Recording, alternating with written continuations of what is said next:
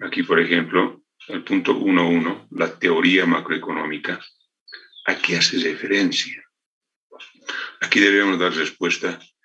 ¿Qué estudia? ¿Cuál es el objetivo de la macroeconomía? ¿No? Y eso de alguna manera les había indicado para que ustedes amplíen. Por ejemplo, a ver, le voy a preguntar a Federico Ignacio Córdoba. Federico, ¿me escuchas? Federico. Licenciado, sí, buenas tardes. Buenas tardes. A ver, dime, así, sencillito, ¿qué es economía? No puedes fallar, mira, tercer año ya estás. Y tal vez estás en la carrera de economía. Licenciado, buenas tardes. Es una ciencia que estudia los recursos y la creación de la riqueza. Riqueza, creación de la riqueza. Mira, es una ciencia, te acepto, correcto. Pero hay otro término también muy importante en esa definición que tienen que analizar. Es que la economía es una ciencia que estudia la escasez de los recursos. Escasez. Ese es el centro, ¿no? Es el centro fundamental de la economía, ¿ya? Entonces, y obviamente, ¿no? Esos recursos escasos se pueden distribuir en el proceso de la producción, ¿no? En la distribución y en el consumo, ¿no?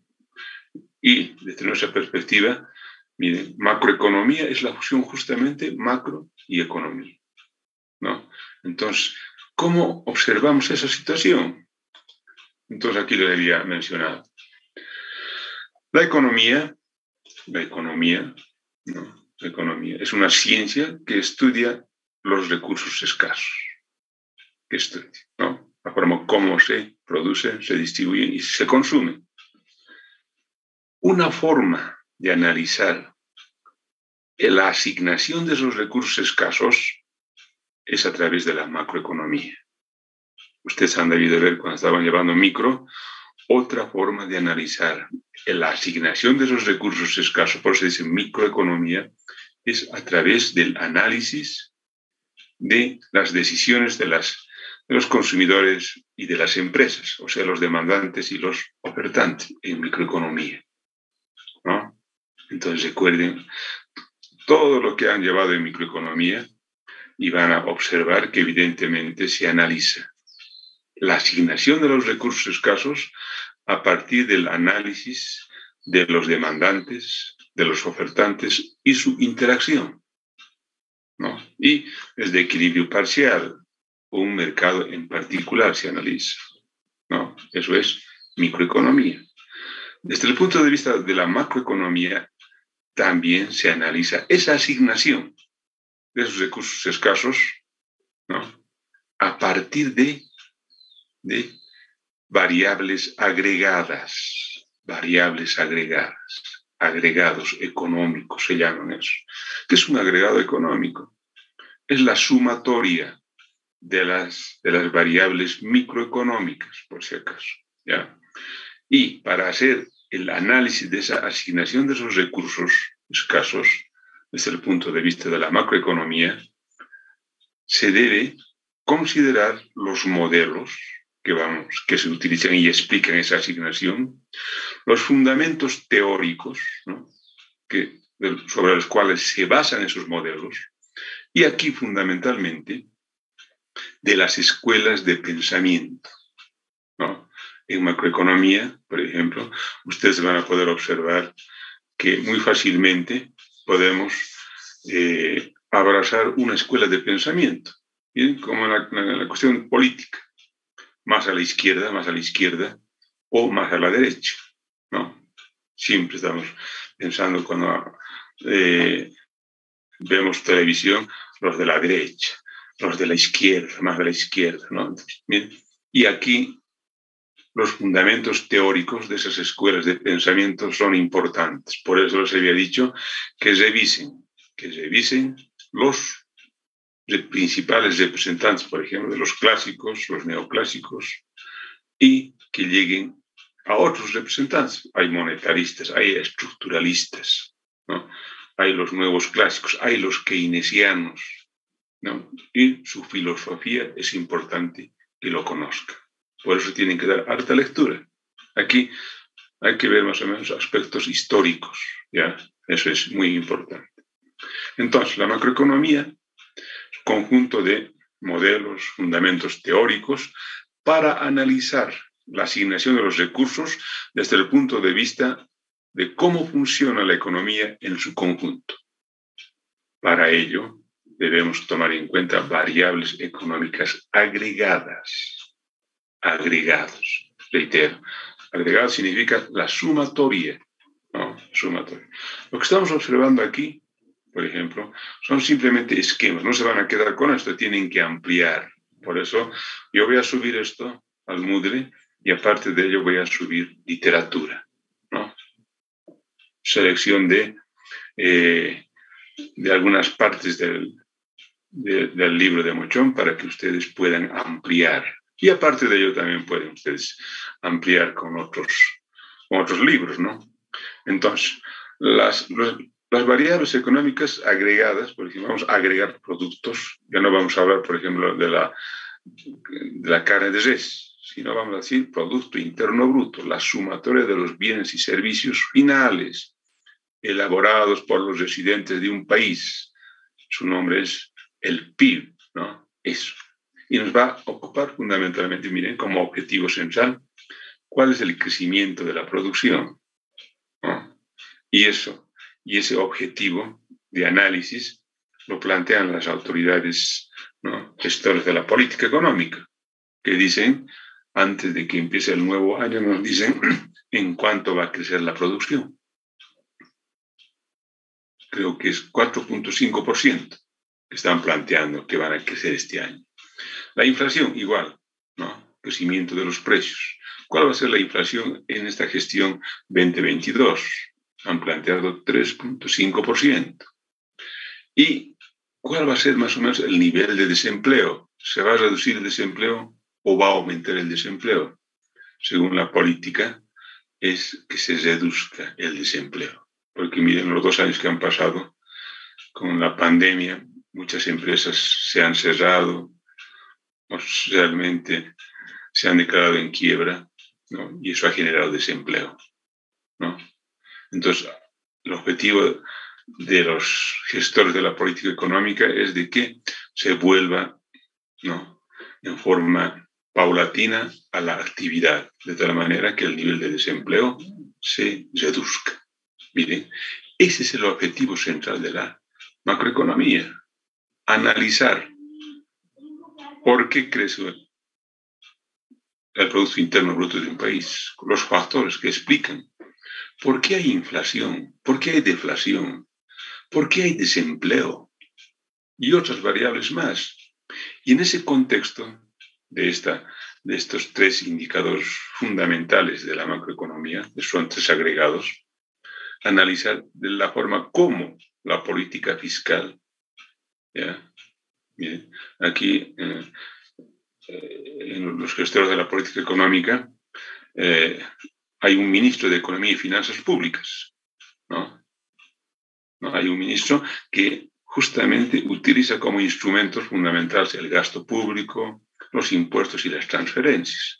¿Cómo afectan esas variables a estos 3, ¿no?, agregados económicos?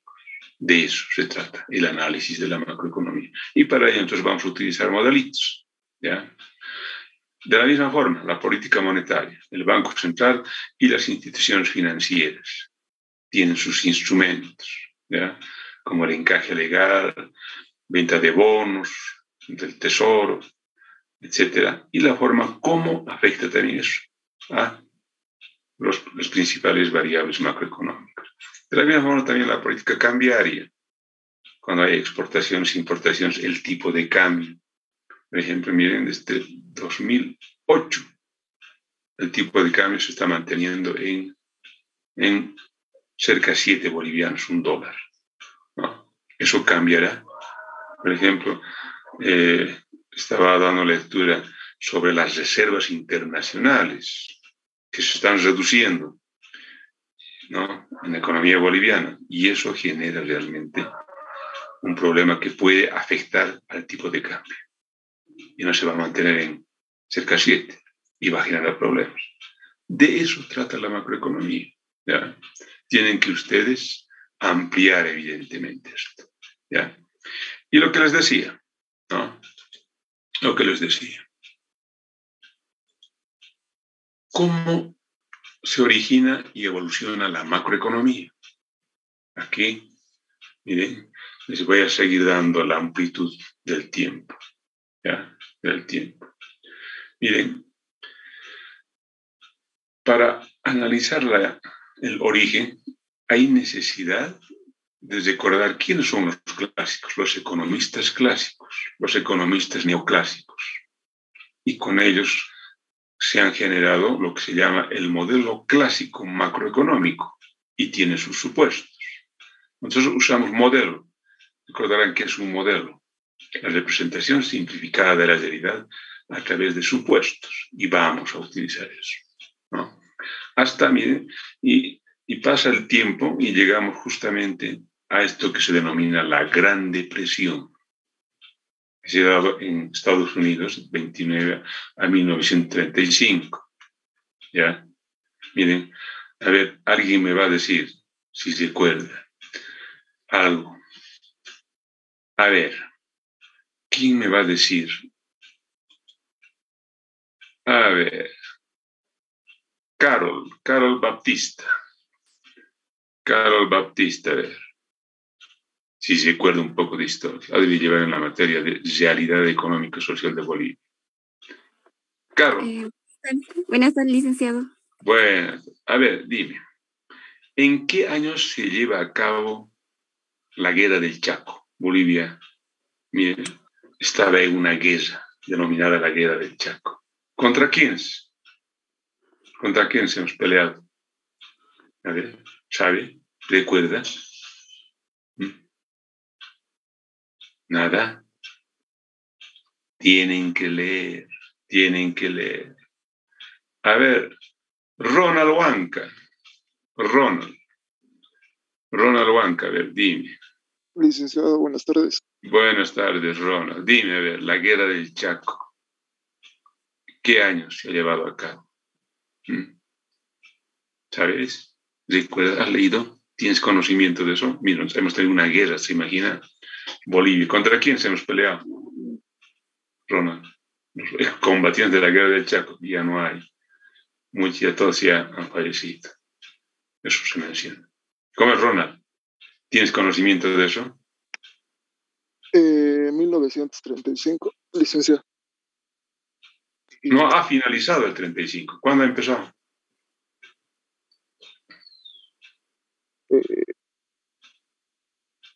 Son fechas importantes. Miren.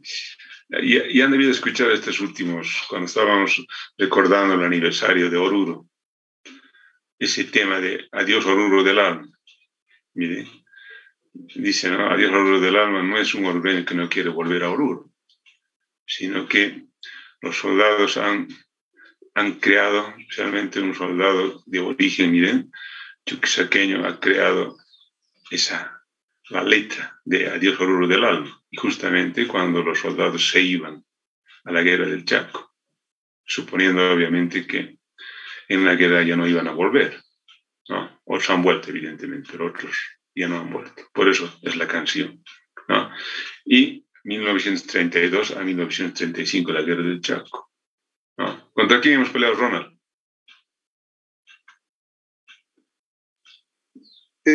Contra Paraguay, licenciado. Exactamente. Los pilas se llamaban, les decían, ¿no? Los paraguayos, ¿no? Y hemos perdido una extensión de terreno considerable, ¿no? Eso es importante recordar. ¿Y por qué? ¿Por qué? A ver, ¿por qué? Miren, la Gran Depresión que surge en Estados Unidos, se expande a Europa y luego se expande por Latinoamérica, ¿no? En esa época, miren, nosotros estamos en una guerra y hay la Gran Depresión. Se genera un nivel de desempleo porque se cierran muchas minas en Bolivia. Miren, los precios caen, disminuyen y eso genera quiebra de muchas empresas.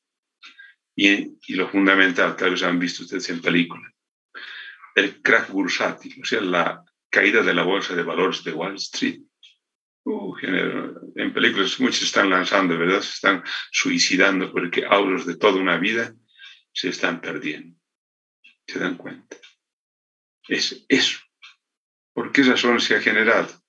Porque, miren, según los clásicos y neoclásicos, y tomando en cuenta el modelo clásico de la macroeconomía, ¿eh? Consideraban que esta situación nunca iba a ocurrir. ¿Ya? Entonces hay que volver a recordar, yo os voy a recordar un poquito de los clásicos. Miren, los economistas clásicos fundamentalmente consideran un modelo de que la economía debe funcionar en forma libre. La piedra angular de esa economía es la propiedad privada y el Estado no debe intervenir. Hay que dejar hacer, dejar pasar, como decía Adam Smith, dejar hacer, dejar pasar, ¿no? Ese era su pensamiento fundamental, ¿no? No permitían que el Estado intervenga la economía, los mercados, dejar hacer, dejar pasar, libre. Y en esa misma tendencia los neoclásicos plantean, ¿ya? Hay muchos economistas clásicos. Yo les he pedido que revisen. Y su principal aporte. Por ejemplo, Adam Smith, su principal aporte es la teoría de la competencia. ¿Ya? Lo que llevamos en microcompetencia, algo muy similar. Y con Adam Smith hay otros economistas clásicos. Los más conocidos son, por ejemplo, Thomas Robert Malthus, la teoría de la población. David Ricardo, la teoría de la producción y de la distribución. Luego hay John Stuart Mill, un poco de política, ¿de acuerdo? Y hay otros más, principales economistas clásicos, ¿ya? Los neoclásicos que piensan de la misma forma que los clásicos, ¿no? Suponen de que había que avanzar un poco más, ¿no? Y empiezan a generar teorías, ¿ya? Otras teorías. Su principal representante, Alfred Marshall. La microeconomía que actualmente se lleva se basa en su libro de Alfred Marshall. Su libro de Alfred Marshall era Principios de Economía, ¿ya? Principios de Economía. Y el contenido de ese libro, hay en la biblioteca de la facultad, hay ese librito, Principios de Economía, ¿ya? Del Fondo de Cultura Económica, de la editorial mexicana, ¿no? Ese librito, si uno lee, es muy abstracto, pero van a poder observar que lo que actualmente se lleva en microeconomía, ahí está el fundamento, ¿no? Con Alfred Marshall hay otros economistas que plantean, como, por ejemplo, Jevons, la teoría de la utilidad, o Walras, que plantea el equilibrio general. Marshall plantea el equilibrio parcial, León Walras plantea el equilibrio general, ¿ya? Pero todos, miren, coinciden de que la economía no debería ser intervenida por el Estado. Y de eso, ¿no?, surgen los defensores, los liberales, los liberales que plantean que el Estado no debe intervenir, deben dejar que la economía funcione en forma libre. Sin embargo, miren, aquí estamos pensando ya a nivel macroeconómico. Llega la Gran Depresión y todas las teorías que estaban planteando los clásicos, neoclásicos, a través del modelo clásico, aquí, por ejemplo, Juan Bautista Seixas, un representante fundamental de esa escuela de pensamiento clásico, ¿ya? ¿No? Ellos decían que nunca iba a haber desempleo, porque según Juan Bautista Seixas, miren, la oferta creaba su propia demanda. Y por lo tanto, miren, eran ofertistas, les preocupaban las empresas, ¿no? Y se genera ese gran problema, ¿no? Y esto modifica la forma de pensar, ¿ya? Yo les había pedido que aquí amplíen. He ampliado para ustedes con una lectura sigan ampliando, por favor. Muy bien. Entonces, si tienen alguna pregunta, adelante. Hasta aquí. Para la próxima clase, seguramente ya van a observar cómo ha ido evolucionando. ¿Cuándo surge la macroeconomía? ¿Quién es el principal autor? Así como la microeconomía, su principal autor es Alfred Marshall, hay en la macroeconomía un principal autor. ¿Ya? ¿Y quién es? Eso. Den lectura, por favor. ¿Ya? Muy bien. ¿Preguntas? Licenciado, buenas tardes. Hola. Tengo una consulta respecto, haciendo referencia a la parte histórica. Había visto que también una de las causas de la Gran Depresión podía deberse, o una de las causas de la Segunda Guerra Mundial podía deberse a la Gran Depresión por el hecho de que Estados Unidos en ese entonces había retirado gran parte de su capital que estaba en Europa. Tal vez podría considerarse también en esa parte. Yeah. Bueno, lo fundamental es identificar por qué se genera la Gran Depresión. Es 1929 al 35. La Segunda Guerra Mundial empieza en 39, ¿no? Entonces, cuando Alemania invade Polonia, los Países Bajos, ¿no? Y evidentemente hay muchos factores, ¿no? Hasta ese entonces Estados Unidos todavía no estaba participando en la guerra, ¿no? Pero hay que identificar por qué se genera la Gran Depresión. 1929, 1935, y nosotros estábamos en una guerra, ¿se imaginan? Miren, aquí un poquito más atrás todavía, ¿no? Más atrás. Se pueden imaginar ustedes, en Estados Unidos plantean los lindos años 20. Los años 20 en Estados Unidos era realmente el boom. Empiezan a aparecer los productos manufacturados, empieza, por ejemplo, la lavadora, el refrigerador, los productos enlatados, etc. Todo era feliz, ¿no? Cocinas. Entonces, los años 20. Después de los años 20, miren, el 29, fines de los años 20, ya empieza el gran problema, ¿no? Y algo que los economistas clásicos decían, nunca va a haber desempleo. Y se da lugar, ¿no? Entonces, por favor, les pido leer. Y les va a ayudar bastante. Leer la historia es importante. ¿De acuerdo? Muy bien, entonces, les pido, por favor, que se cuiden, sean racionales en estos carnavales. Ustedes han debido enterarse de lo que ha pasado en el último convite, las cosas que han ocurrido. Por favor, sean racionales. Si es racional, planteen siempre que está bien.